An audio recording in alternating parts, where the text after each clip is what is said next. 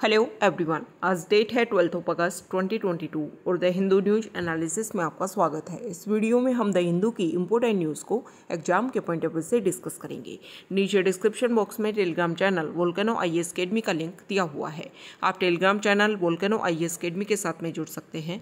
वहाँ पर हर exam means UPSC, state PCS and other exams के पॉइंट ऑफ व्यू से काफ़ी इंपॉर्टेंट इन्फॉर्मेशन आप सभी के साथ में शेयर की जाती है।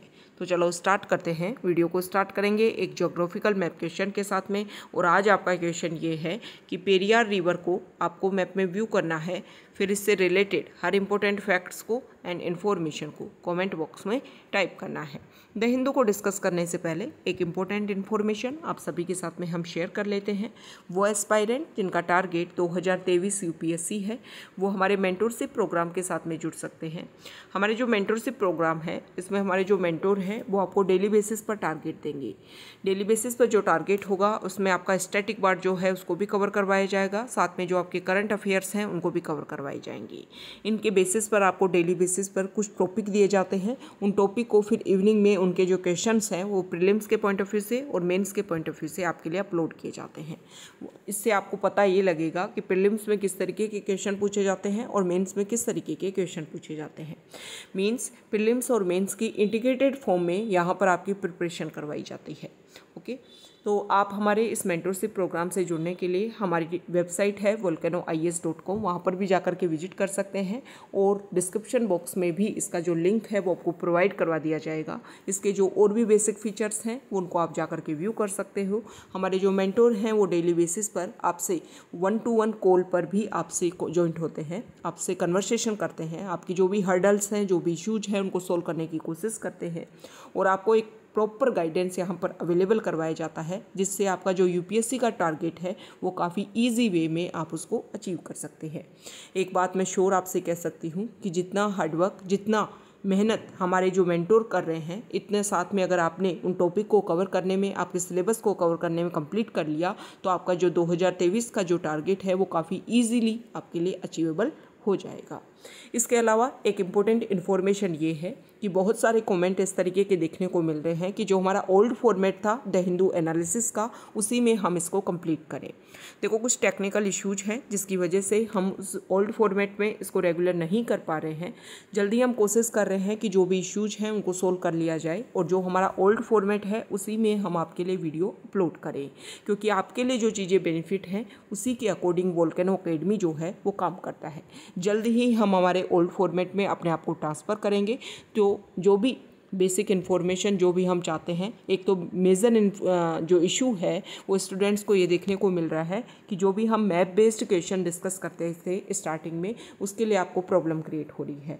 तो हम आपसे प्रॉमिस करते हैं कि हमारा जो स्टैटिक पार्ट है उसमें जो भी हम क्वेश्चन पूछते हैं कि किसी लोकेशन बेस्ड को, उसके हम हमारे स्टैटिक पार्ट में ज़रूर कवर करेंगे। आपका कोई भी पॉइंट जो है वो हम नहीं छोड़ेंगे, इतना आप विश्वास कर सकते हो वोल्केनो अकेडमी पर। ओके, और जल्दी हम कोशिश कर रहे हैं कि जो हमारा ओल्ड फॉर्मेट है उसमें हम अपने आप को ट्रांसफ़र कर सकें। तब तक आप अपना सपोर्ट हमारे साथ में बनाए रखिए। द हिंदू को अगर हम डिस्कस करें तो फ्रंट पेज पर जो इम्पोर्टेंट न्यूज़ है वो रिलेटेड है वाइस प्रेसिडेंट की ओथ को लेकर के। हमारे इंडिया के न्यू वाइस प्रेसिडेंट बने हैं जगदीप धनखड़। ये जो जगदीप धनखड़ हैं वो इससे पहले वेस्ट बंगाल जो स्टेट है उसके गवर्नर थे और अभी 14 नवंबर के वो हमारे न्यू वाइस प्रेसिडेंट बने हैं। हमारे प्रेसिडेंट द्रौपदी मुर्मू ने उनको ओथ दिलवाई है। तो यहाँ पर वाइस प्रेसिडेंट की जो पोस्ट है उससे रिलेटेड कुछ बेसिक फैक्ट्स को हम डिस्कस करेंगे। वाइस प्रेसिडेंट की जो पोस्ट है वो हमने अमेरिका से ली है। हमारे इंडिया में प्रेसिडेंट के बाद में सेकेंड हाईएस्ट पोस्ट के रूप में भी इसको जाना जाता है। वाइस प्रेसिडेंट जो है इसकी ओथ जो है वो प्रेसिडेंट करवाते हैं। मतलब वाइस प्रेसिडेंट की जो ओथ का जो प्रोसीजर है वो प्रेसिडेंट के द्वारा रेगुलर करवाया जाता है, या फिर प्रेसिडेंट किसी पर्सन को अपॉइंट करते हैं तो वो भी वाइस प्रेसिडेंट की जो ओथ का जो प्रोसीजर है उसको कंप्लीट करवा सकते हैं। वाइस प्रेसिडेंट जो अपनी रेजिग्नेशन है वो प्रेसिडेंट को ही देते हैं। तो किसी भी कोई भी इम्पोर्टेंट पोस्ट हमारे इंडिया में, जैसे कि सीजीआई को कौन ओथ दिलवाता है, किसको वो अपना रेजिग्नेशन दे सकते हैं, इसी तरीके से चीफ मिनिस्टर को कौन ओथ दिलवाता है, वो किसको अपना रेजिग्नेशन दे सकते हैं, ये हमारे लिए इम्पोर्टेंट हो जाता है कि ओथ कौन दिलवाता है। क्योंकि बहुत सारी ऐसी पोस्ट हैं जिनको ओथ जो है किसी अदर पर्सन द्वारा दिलवाई जाती है और वो अपना रेजिग्नेशन जो है वो किसी अदर पर्सन को देते हैं। ओके, तो ये हमारे लिए इम्पोर्टेंट हो जाता है। दूसरा अगर हम बात करें तो वाइस प्रेसिडेंट के लिए क्या क्या क्वालिफिकेशन होनी चाहिए इस पोस्ट के लिए। कोई भी पर्सन जो है वो सिटीजन ऑफ इंडिया होना चाहिए। सेकंड, 35 ईयर्स की एज जो है कंप्लीट कर चुका हो। थर्ड, राज्यसभा का मेंबर बनने के लिए वो एलिजिबल होनी चाहिए। फोर्थ, अगर हम बात करें तो इसके अलावा union government, state government, local authority, public authority के अंडर किसी भी ऑफिस ऑफ प्रॉफिट को उन्होंने गेन ना कर रखा हो। ऐसा अगर कोई पर्सन हो तो वो वाइस प्रेसिडेंट की पोस्ट के लिए अपने आप को नॉमिनेट कर सकता है, खड़ा हो सकता है एज ए कैंडिडेट। तो यहाँ पर वाइस प्रेसिडेंट से रिलेटेड कुछ बेसिक फैक्ट्स हमने डिस्कस किए। ये तो आप सभी को पता है कि वाइस प्रेसिडेंट के इलेक्शन में सिर्फ पार्लियामेंट के जो मेंबर्स हैं वो पार्टिसिपेट करते हैं, चाहे वो फिर इलेक्टेड हो चाहे फिर नॉमिनेटेड हो। इसमें स्टेट लेजिस्लेटिव असेंबली के जो भी इलेक्टेड मेंबर्स हैं वो पार्टिसिपेट नहीं करते हैं। ये जो इलेक्टेड मेंबर्स हैं स्टेट लेजिस्लेटिव असेंबली के, वो प्रेसिडेंट के जो इलेक्शन होते हैं उसमें पार्टिसिपेट करते हैं। और पार्लियामेंट के जो नॉमिनेटेड मेंबर्स हैं वो वाइस प्रेसिडेंट के इलेक्शन में तो पार्टिसिपेट करते हैं लेकिन प्रेसिडेंट के इलेक्शन में पार्टिसिपेट नहीं करते हैं। इसको आप इस तरीके से समझ सकते हो कि यहाँ पर प्रेसिडेंट की जो इम्पीचमेंट का जो प्रोसीजर होता है उसमें जो मेंबर पार्टिसिपेट करते हैं ना, वो ही वाइस प्रेसिडेंट के इलेक्शन में पार्टिसिपेट करते हैं। ये दोनों में बैलेंस आप करके इस तरीके से याद रख सकते हो। तो ये जो आर्टिकल है वो हमारे प्रीलिम्स में पॉलिटी के पॉइंट ऑफ व्यू से और मेंस में जीएस पेपर 2 के पॉइंट ऑफ व्यू से इम्पोर्टेंट है। नेक्स्ट इम्पोर्टेंट आर्टिकल है, सुप्रीम कोर्ट में डिस्कशन चल रहा है फ्री बाइज को लेकर के। तो यहाँ पर जो पिटीशन डाली गई उसमें सुप्रीम कोर्ट में बोला गया है कि सुप्रीम कोर्ट जो है वो ऐसी पार्टी को डी रिकॉग्नाइज पार्टीज डिक्लेयर कर दे जो फ्री बाइज को यहाँ पर प्रमोट करती हैं। तो इसको लेकर के सुप्रीम कोर्ट ने बोला है कि फ्री बाइज के ऊपर किसी भी पार्टी को डी रिकॉग्नाइज पार्टीज डिक्लेयर करना ये काफ़ी अनडेमोक्रेटिक मैनर है। अनडेमोक्रेटिक मैनर में हम इस तरीके से काम कर रहे हैं। नेक्स्ट यहाँ पर अगर हम बात करें तो देखो फ्री बाइज को लेकर के अभी एक स्पेसिफिक डेफिनेशन है कि कौन से पॉइंट को आप फ्री बाइज में काउंट करोगे और कौन से पॉइंट को आप फ्री बाइज में काउंट नहीं करोगे। इसको लेकर के एक प्रॉपर डेफिनेशन जो है वो अभी तक इवेलुएट नहीं हुई है। यहाँ पर अगर हम बात करें तो फ्री बाइज, जैसे कि कोविड के टाइम में हमारी जो गवर्नमेंट है उन्होंने फ्री ग्रेन प्रोवाइड करने की कोशिश की हमारी पॉपुलेशन को, तो क्या आप उनको भी फ्री बाइज में काउंट करोगे? या फिर इलेक्शन के टाइम पर इलेक्शन के टाइम पर जो भी पार्टीज़ हैं, जो भी इस तरीके की प्रॉमिस करती हैं या कोशिश करती हैं इस तरीके की स्कीम चला करके, क्या उनको फ्री बाइज में कंप्लीट किया जाएगा या काउंट किया जाएगा? तो ये सबसे पहले तो इम्पोर्टेंट ये है कि फ्री बाइज जो है उसको डिसाइड किया जाए कि किन किन पॉइंट्स को आप फ्री बाइज में काउंट करोगे। उसी के बेसिस पर जो भी फिर रिजल्ट है पार्टीज़ को लेकर के, उनके जो भी मॉडल कोड ऑफ कंडक्ट को लेकर के जो भी बेसिक फीचर होने चाहिए उन सभी को फिर इम्प्लीमेंट किया जा सकता है।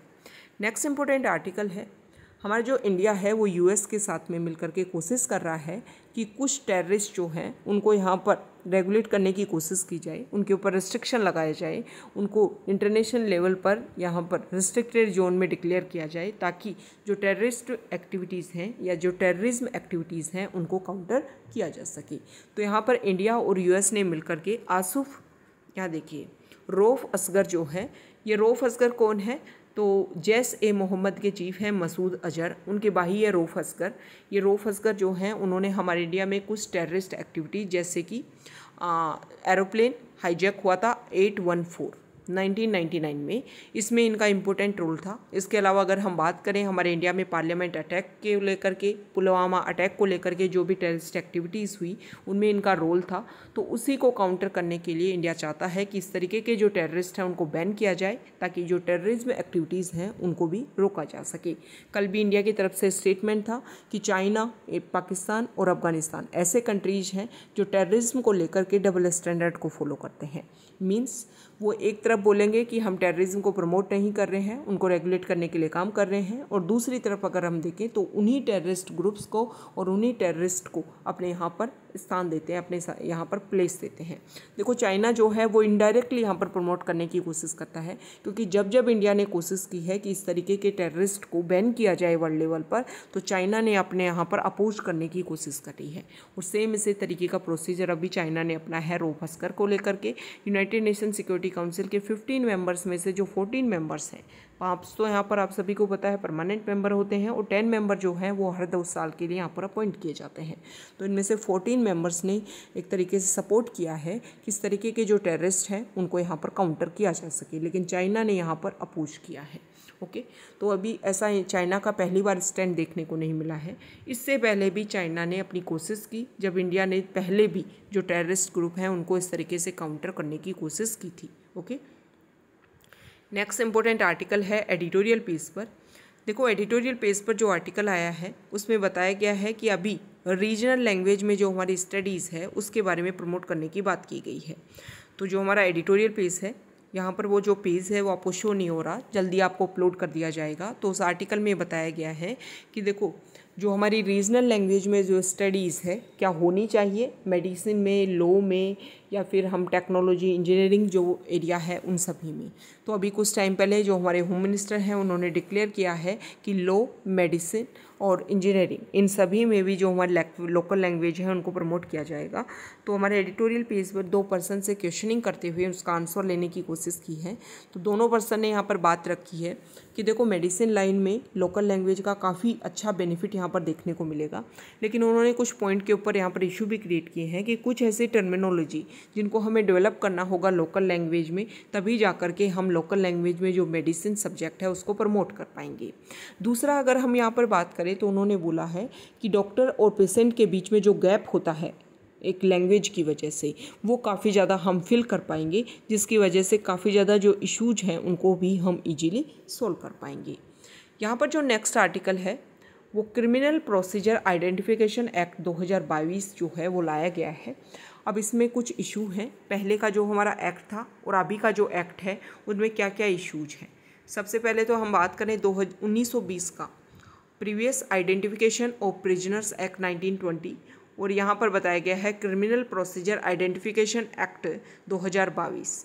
इनमें कुछ यहाँ पर देखो, person whose measurements can be taken, कौन कौन से पर्सन हैं जिनके मेजरमेंट्स लिए जा सकते हैं। मेजरमेंट्स मतलब पहले क्या लिए जाते थे, कोई भी पर्सन को अरेस्ट किया गया, उसके ऊपर उसके जो भी लगा कि जो भी काम किया है वो प्रूव हो गया, तो उसके बाद में उसके finger impression, foot impression, measurement, photograph ये रखी जाती थी।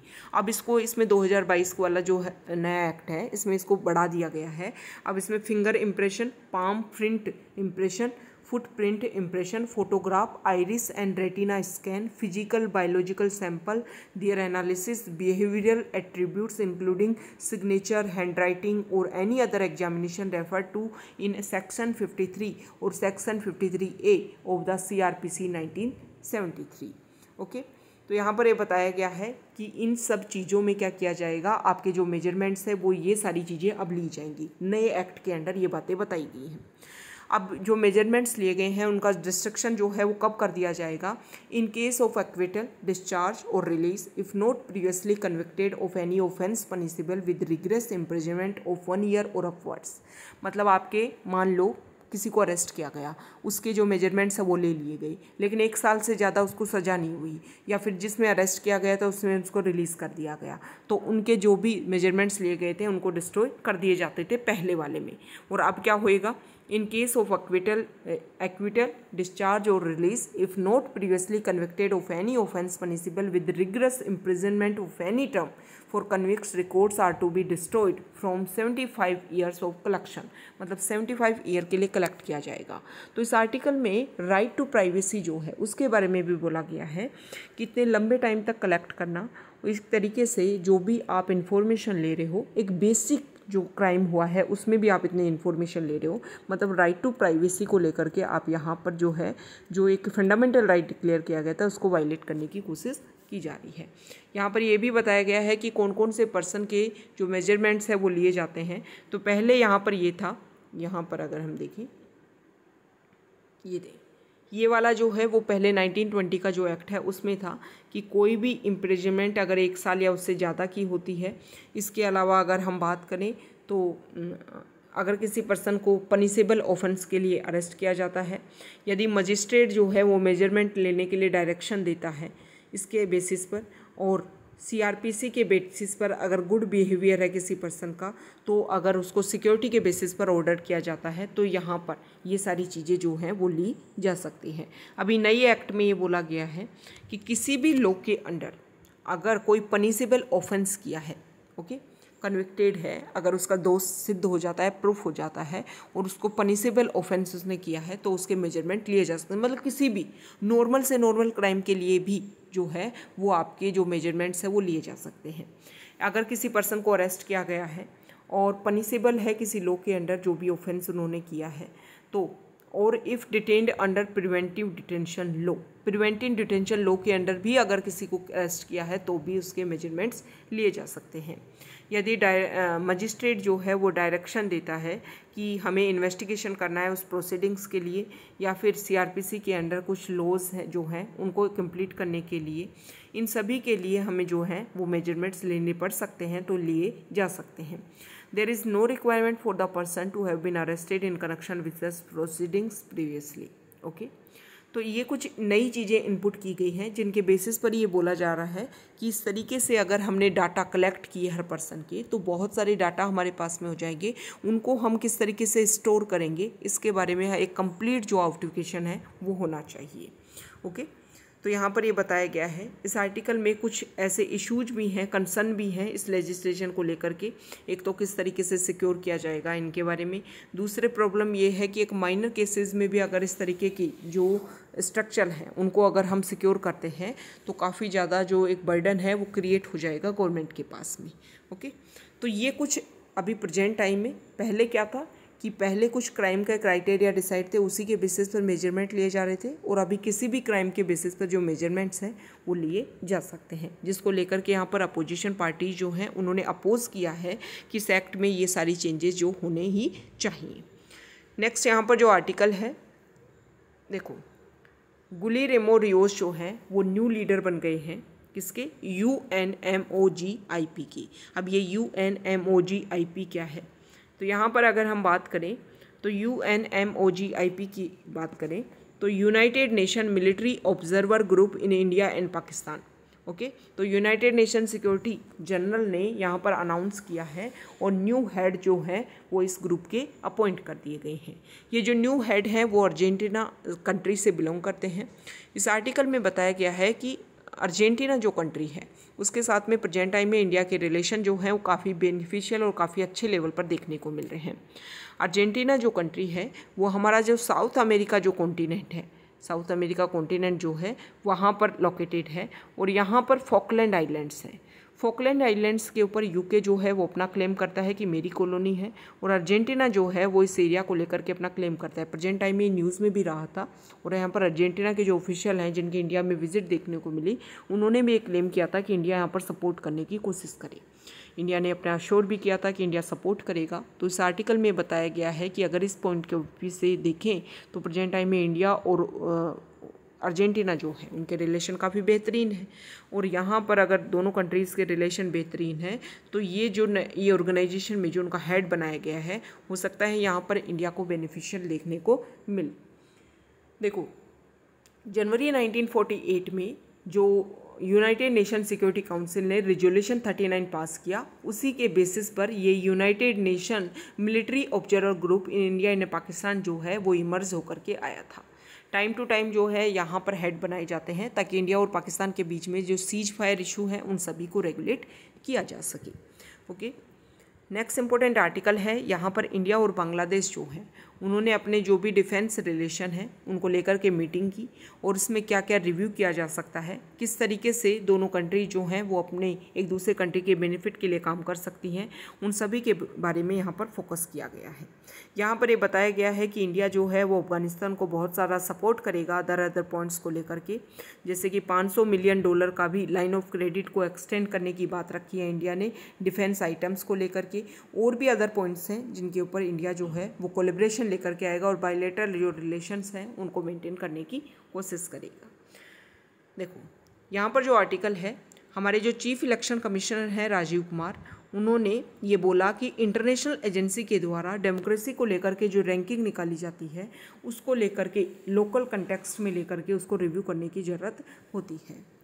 मिस्टर कुमार जो हमारे चीफ इलेक्शन कमिश्नर हैं वो वर्चुअल मीटिंग को होस्ट कर रहे थे और election commission of India and the Asian region forum ahead of the summit for electoral democracy to be hosted by the National Electoral Institute of Mexico in the coming month. Okay आने वाले महीने में इन सभी को लेकर के meeting होगी, तो इसी को लेकर के कुछ डिस्कशन किया जा रहा था और इसमें हमारे जो CEC है चीफ इलेक्शन कमीशन, उन्होंने बोला कि डेमोक्रेसी को लेकर के जो रैंकिंग आती है उसको हमें लोकल लेवल पर रिव्यू करने की ज़रूरत है, तभी जा कर के डेमोक्रेसी के जो इंस्टीट्यूशन हैं उनको हम फ्लोरिश कर पाएंगे और पीपल के जो भी राइट्स हैं उन सभी को फुल्ली यहाँ पर रिप्रेजेंटेशन देखने को मिलेगा।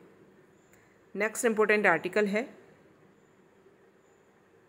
यहाँ देखो आप सभी को पता है कि बिहार जो स्टेट है वहाँ पर आरजेडी और बीजेपी में स्प्लिट देखने को मिला है, बीजेपी और जेडीयू में। तो जेडीयू जो है वो आरजेडी के साथ में मिलकर के उन्होंने अलायंस बना करके यहाँ पर नई गवर्नमेंट बना ली है बिहार में। अभी जेडीयू जो है उससे बिलोंग करते हैं हरवंश नारायण सिंह, और ये जो हरवंश नारायण सिंह है वो प्रेजेंट टाइम में राज्यसभा के डेप्यूटी चेयरमैन है। तो यहाँ पर क्वेश्चन ये किया गया है कि क्या अब हरवंश नारायण जो है वो इस पोस्ट पर रहेंगे। तो इसमें एग्जाम्पल भी दिया है कि सोमनाथ चटर्जी जो हमारे लोकसभा स्पीकर थे, वो देखो यहाँ पर अगर हम बात करें तो सोमनाथ चटर्जी जो हैं वो लोकसभा स्पीकर थे और जो हमारी लेफ्टियस्ट जो पार्टी थे उनके अलायंस के साथ में उनको बनाया गया था। फिर लेफ्टियस्ट पार्टी ने जब कांग्रेस के साथ छोड़ दिया तब भी वो हमारे लोकसभा स्पीकर बने रहे थे। ओके, तो ऐसा लगता है कि हो सकता है कि जिस पोस्ट जो उनको दी गई है वो उस पोस्ट पर बने रहें। नेक्स्ट इम्पोर्टेंट आर्टिकल है पेज नंबर 16 पर, और यहाँ पर सबसे पहले अटल पेंशन योजना के बारे में बताया गया है कि कोई भी पर्सन अगर इनकम टैक्स पेयर है तो उनको अटल पेंशन योजना में इंक्लूड नहीं किया जाएगा। 2015 में 1 जून 2015 से इस योजना को, इस स्कीम को गवर्नमेंट ने स्टार्ट किया था और इसमें डिसाइड किया गया था कि सोशल सिक्योरिटी प्रोवाइड करवाई जाएगी हमारे इंडिया के जो भी अनऑर्गेनाइज सेक्टर में जो भी वर्कर्स हैं उनके लिए। इसमें क्या किया गया था कि 1000 से 5000 तक की 60 साल के बाद में आपको पेंशन प्रोवाइड करवाई जाएगी और ये मनी उसी तरीके से प्रोवाइड होगा जितना कंट्रीब्यूशन जो है वो आप इस स्कीम में प्रोवाइड करोगे। तो अब 1 अक्टूबर 2022 से नया नोटिफिकेशन आया है कि टैक्स पेयर जो भी मेंबर्स हैं उनको इनमें इंक्लूड नहीं किया जाएगा। नेक्स्ट जो आर्टिकल है, यहाँ पर इंटरनेशनल लेबर ऑर्गेनाइजेशन की रिपोर्ट आई है। इंटरनेशनल लेबर ऑर्गेनाइजेशन जो है वो यूनाइटेड नेशन की स्पेशलाइज्ड एजेंसी है। स्पेशलाइज्ड एजेंसी वो एजेंसी होती है जो यूएन के पार्ट नहीं होते लेकिन यूएन के साथ में मिल करके उन्हीं पॉइंट्स के ऊपर काम करते हैं। जैसे लेबर के पॉइंट्स के ऊपर काम करना है तो इंटरनेशनल लेबर ऑर्गेनाइजेशन यहाँ पर काम करेगा। ILO की अगर हम बात करें तो यहाँ पर इस रिपोर्ट में ये बोला गया है कि इंडिया में जो एम्प्लॉयमेंट है वो काफ़ी ज़्यादा डिक्रीज़ हुआ है। 2020 और 2021 में वर्किंग आवर और एम्प्लॉयमेंट लॉसेज में जो है उसमें इंडिया का काफ़ी ज़्यादा सीवियर एक्सपीरियंस देखने को मिला है। इस आर्टिकल में बताया है कि जो एडल्ट एज है उसमें फिर भी एम्प्लॉयमेंट जनरेट ठीक ठाक हुआ है, लेकिन यूथ एज में जो अगर हम बात करें तो कोविड के बाद में अभी भी यहाँ पर डिक्रीज़ देखने को मिला है। इस आर्टिकल में बताया गया है कि ना सिर्फ आप यहाँ पर एम्प्लॉयमेंट लेवल पर आपको यहाँ पर इशू देखने को मिलेंगे, एजुकेशन लेवल पर भी अगर हम बात करें तो काफ़ी ज़्यादा इशू हैं। कोविड के टाइम में बहुत सारे हमारे स्टूडेंट ऐसे हैं जिनका एजुकेशन से कोई भी कनेक्शन जो है वो नहीं बन पाया था, क्योंकि जो फंडामेंटल जो भी टेक्नोलॉजी है उनमें काफ़ी ज़्यादा कमी देखने को मिली थी। यहाँ पर इस आर्टिकल में बताया है कि कोविड के टाइम में इंडिया में मनरेगा जो स्कीम है उन्होंने काफ़ी इंपॉर्टेंट रोल प्ले किया और एक लोगों को पेड एम्प्लॉयमेंट जनरेट करने में काफ़ी इम्पोर्टेंट इन्होंने अपना रोल प्ले किया था मनरेगा स्कीम में। इसीलिए टाइम टू टाइम इस तरीके की डिमांड क्रिएट की जाती है कि अर्बन लेवल पर भी इस तरीके की स्कीम लॉन्च की जाए ताकि अर्बन लेवल पर भी इस तरीके का पेड एम्प्लॉयमेंट जो है वो जनरेट हो सके। नेक्स्ट इम्पोर्टेंट आर्टिकल है, देखो जयराम रमेश जो हैं उन्होंने वाइल्ड लाइफ बिल को लेकर के कुछ प्रोविज़न को लेकर के अपोज किया है।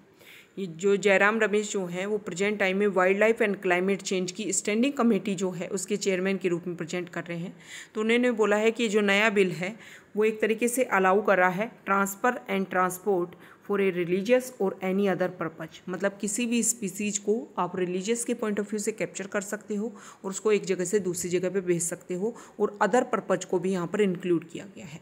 तो उन्होंने बोला है कि जैसे कि एलिफेंट्स को रिलीजियस पर्पज़ के लिए पहले टेम्पल्स में रखा जाता था।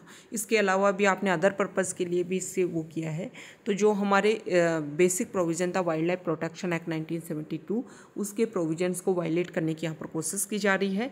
तो जिन पॉइंट्स को लेकर के इशू हैं उनको यहाँ पर दोबारा से मेंटेन करने की ज़रूरत है, या दोबारा से उनमें रिव्यू करके दोबारा से चेंज करने की ज़रूरत है।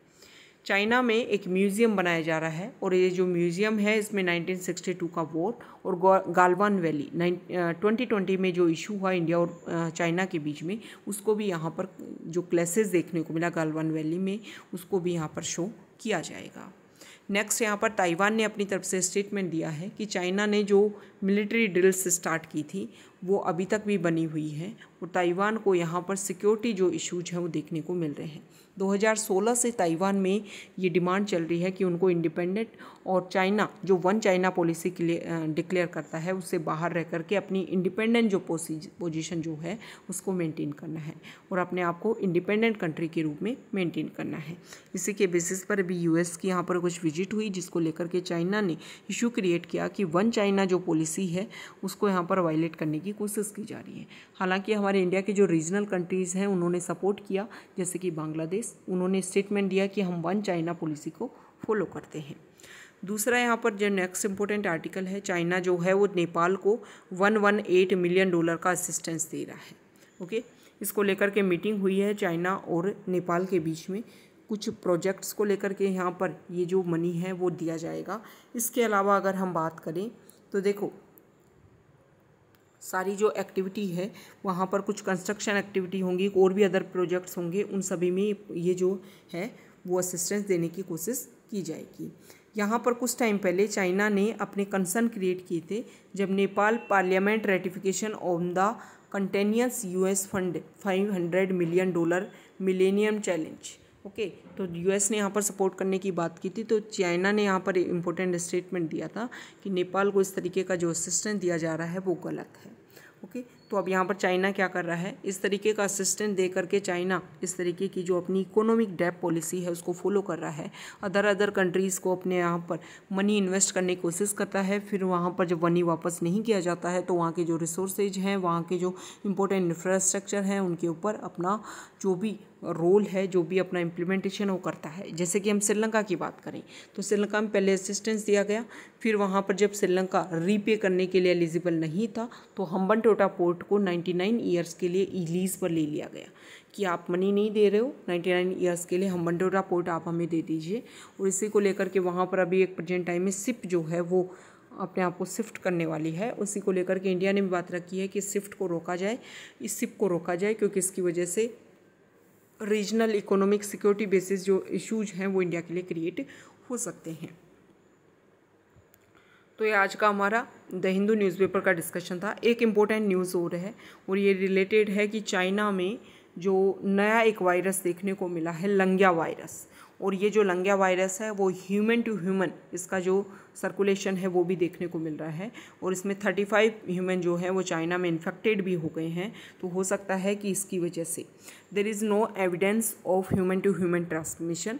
अभी इस तरीके के डायरेक्ट कोई जो ट्रेसेज हैं वो देखने को नहीं मिले हैं, लेकिन इस इन्फेक्शन की वजह से 35 ह्यूमन जो हैं वो इन्फेक्टेड हुए हैं। तो हो सकता है कि ह्यूमन टू ह्यूमन मतलब ह्यूमन से ह्यूमन में भी ट्रांसफ़र देखने को मिला। अभी तो ये देखने को मिल रहा है कि जिस स्पीसीज़ में देखने को मिल रहा है शुरू में, वहीं से ट्रांसफ़र हो सकता है ह्यूमन में। तो अगर ह्यूमन टू ह्यूमन भी इसका ट्रांसफ़र देखने को मिल सकता है तो इसकी वजह से जो इशू है वो और ज़्यादा क्रिएट हो सकते हैं।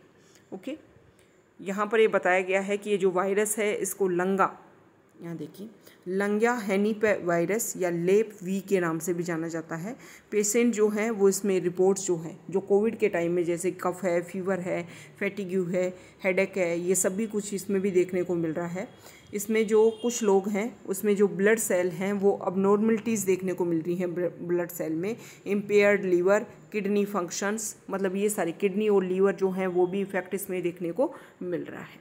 ओके, तो ये आज का हमारा द हिंदू न्यूज़पेपर का डिस्कशन था। अगर आप यहाँ तक आए हैं, वीडियो आपको देखने को मिला है, तो आप वीडियो को लाइक कीजिए, शेयर कीजिए। वीडियो आपको अच्छा लगा है तो प्लीज़ वीडियो को लाइक कीजिए, शेयर कीजिए और चैनल को सब्सक्राइब कीजिए। आप हमारे अदर इनिशिएटिव जैसे कि अगर हम बात करें क्वेश्चन एंड आंसर सीरीज, इससे भी जुड़ सकते हैं। इसके अलावा जो आज़ादी सीरीज है उसको भी आप व्यू कर सकते हैं।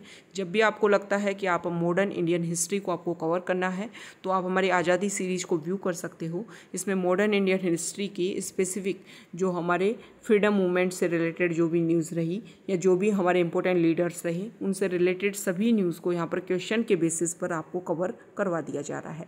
तो जब भी आप किसी भी एग्जाम के प्रिपरेशन कर रहे हो और आपको लगता है कि मॉडर्न इंडियन हिस्ट्री को क्वेश्चन आंसर फॉर्मेट में हमें प्रिपेयर करना है तो आप आज़ादी सीरीज़ को लेकर के कंप्लीट कर सकते हो।